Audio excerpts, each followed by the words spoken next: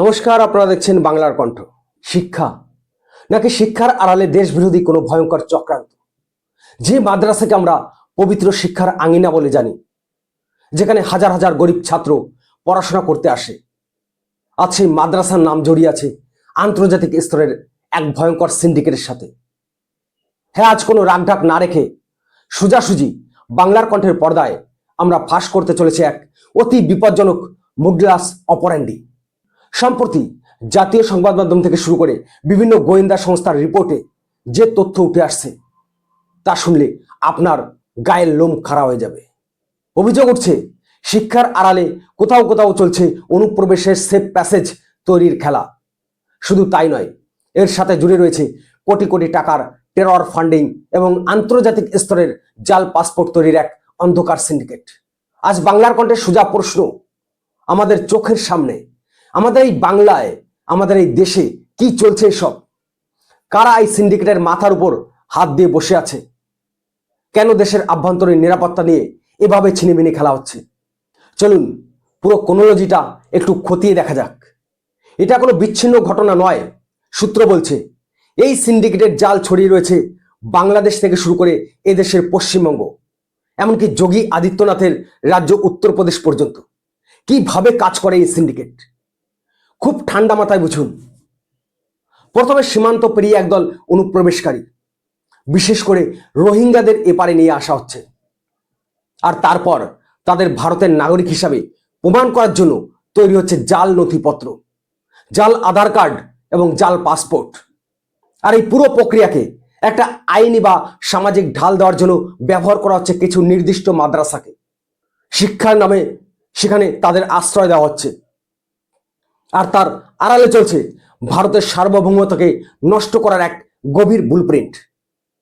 উত্তরপ্রদেশের anti terrorist squad বা ATS যখন এই চক্রের তদন্তে নামে, তখন তাদের হাতে যে সমস্ত তথ্য আসে তা এক কথায় বিস্ফোরক। প্রশ্ন উঠছে, পশ্চিমবঙ্গ সীমান্তে পাহারা থাকা সত্ত্বেও কিভাবে বছরের পর বছর এই অনুপ্রবেশের সিন্ডিকেট রমরমিয়ে চলছে? কারা এই অনুপ্রবেশকারীদের জাল নথিপত্র তৈরিতে সিলমোহর দিচ্ছে? এবার আসি সবচেয়ে বড় এবং ভয়ঙ্কর বিষয়ে, টাকা। এই যে এত বড় একটা সিন্ডিকেট চলছে, সীমান্তে পারাপার করানো হচ্ছে, জাল পাসপোর্ট বানানো হচ্ছে, এর পেছনে কোটি কোটি টাকা খরচ করছে কারা? তদন্তে যে নামগুলো উঠে আসছে তার রীতিমতো চমকে দেওয়ার মতো। ব্রিটেনের মতো বিদেশি রাষ্ট্র থেকে শুরু করে বিভিন্ন আন্তর্জাতিক চ্যারিটি বা জনকল্যাণমূলক সংস্থার নাম করে কোটি কোটি টাকা পাঠানো হচ্ছে এই নেটওয়ার্কে। দেখানো হচ্ছে এই টাকা নাকি গরিব বাচ্চাদের শিক্ষার জন্য, মাদ্রাসার উন্নয়নের জন্য দেওয়া হচ্ছে। কিন্তু বাস্তবে কি হচ্ছে?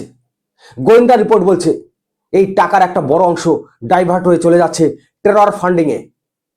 অর্থাৎ যে টাকা শিক্ষার জন্য আসার কথা, সেই টাকা ব্যবহার করা হচ্ছে উগ্রপন্থা ছড়াতে, দেশের বুকে নাশকতামূলক কাজকর্মের জাল বুনতে।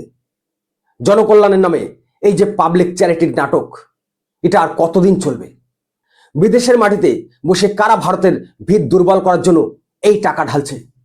তাদের নাম কেন প্রকাশ্যে আনা হচ্ছে না? বাংলার কণ্ঠ আজ দাবি জানাচ্ছে এই আর্থিক লেনদেনের প্রতিটা পয়সার হিসাব দেশের মানুষের সামনে আসুক। আমরা কোনো নির্দিষ্ট প্রতিষ্ঠান বা কোনো সম্প্রদায়ের বিরোধী নই, কিন্তু শিক্ষার পবিত্র আঙিনাকে ব্যবহার করে যদি দেশের বুকে খাগড়াগার বা বর্ধমান ব্লাস্টের মতো ঘটনার ছক কষা হয়, তবে বাংলার কণ্ঠ চুপ করে বসে থাকবে না। আজ তদন্তকারী সংস্থাগুলো যখন এই চক্রের শিকড় খুঁজতে নামছে, তখন দেখা যাচ্ছে এই সিন্ডিকেটের জাল কত গভীরে বিস্তৃত। এটা শুধু কোনো সাধারণ চুরির সিন্ডিকেট নয়, এটা দেশের পিঠে ছুরি মারার সিন্ডিকেট। যারা এই সিন্ডিকেটের সাথে যুক্ত তারা আর যাই হোক এই দেশের ভালো চায় না। তারা চায় ভারতের সীমানাকে অরক্ষিত করে দিতে, দেশের জনবিন্যাস বদলে দিতে এবং আইন শৃঙ্খলা পরিস্থিতিকে ধ্বংস করতে। পুলিশ প্রশাসন এবং কেন্দ্রীয় তদন্তকারী সংস্থাগুলোর কাছে আজ বাংলার কণ্ঠের স্পষ্ট দাবি, তদন্ত যেন মাঝপথে গিয়ে থমকে না যায়। কোনো রাজনৈতিক চাপ বা ভোট ব্যাংকের রাজনীতির চক্করে যেন এই আন্তর্জাতিক চক্রের চাইদের ছেড়ে দেওয়া না হয়। এদের গ্রেপ্তার করতেই হবে এবং কঠোরতম শাস্তির ব্যবস্থা করতে হবে। পশ্চিমবঙ্গের সীমানা অত্যন্ত সংবেদনশীল, আর এই সংবেদনশীলতাকে হাতিয়ার করেই আন্তর্জাতিক চক্রান্তকারীরা এখানে ডালপালা মেলছে। কিন্তু তারা ভুলে গেছে এই বাংলায় দেশপ্রেমিক মানুষের অভাব নেই।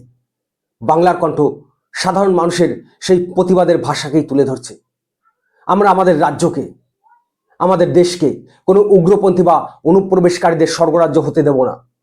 শিক্ষার আড়ালে যারা এই নোংরা সিন্ডিকেট চালাচ্ছে তাদের হুঁশিয়ার করে দিয়ে বলছি, আপনাদের দিন ফুরিয়ে এসছে। আইন কানুন এবং দেশের আমজনতা আপনাদের এই ষড়যন্ত্র সফল হতে দেবে না। দেশকে সুরক্ষিত রাখতে, আজকে সজাগ রাখতে বাংলার কণ্ঠ এই ধরনের চক্রান্তের বিরুদ্ধে লড়াই জারি রাখবে। আপনারা কি ভাবছেন এই আন্তর্জাতিক সিন্ডিকেট নিয়ে? আমাদের কমেন্ট বক্সে আপনাদের মতামত জানান। আর ভিডিওটি প্রচুর পরিমাণে শেয়ার করুন যাতে এই সত্যিটা সবার সামনে আসে। আর দেখতে থাকুন বাংলার কণ্ঠ।